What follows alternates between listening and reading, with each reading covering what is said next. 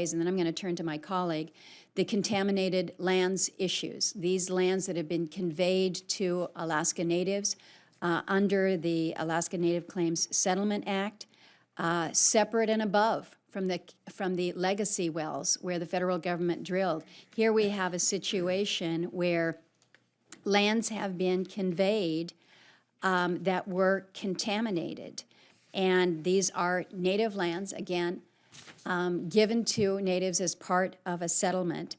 So what we have done on this is there has been an inventory. We have asked for that inventory be updated at the budget hearing last year.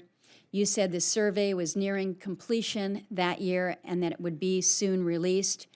We're still sitting here a year later. It still isn't public. I'm told by BLM officials that it will be soon, but we were told that it was going to be last year.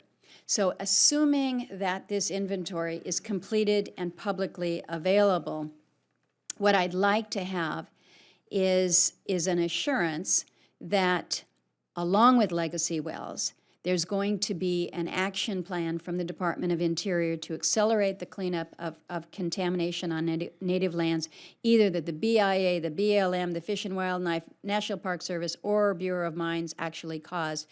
And then to know that there's going to be some level of coordination in terms of how we're going to clean this up, because there are other federal agencies, as you know, that have responsibilities, whether it's DOD or FAA.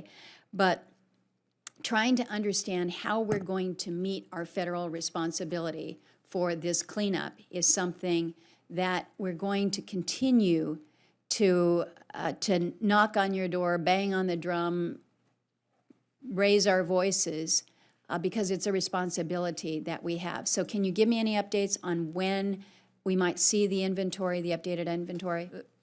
The information that I have says next month. That's the best I can do. I don't know why it has taken so long, but that is the best information I have at this point. And that will be made public? I don't know. Do you know? I'll get back to you on that one after I talk to BLM a little bit more about it. Okay, well, again, the first inventory was completed at the request of my father in the 1990s. It had a timeline to be renewed and updated and prioritized.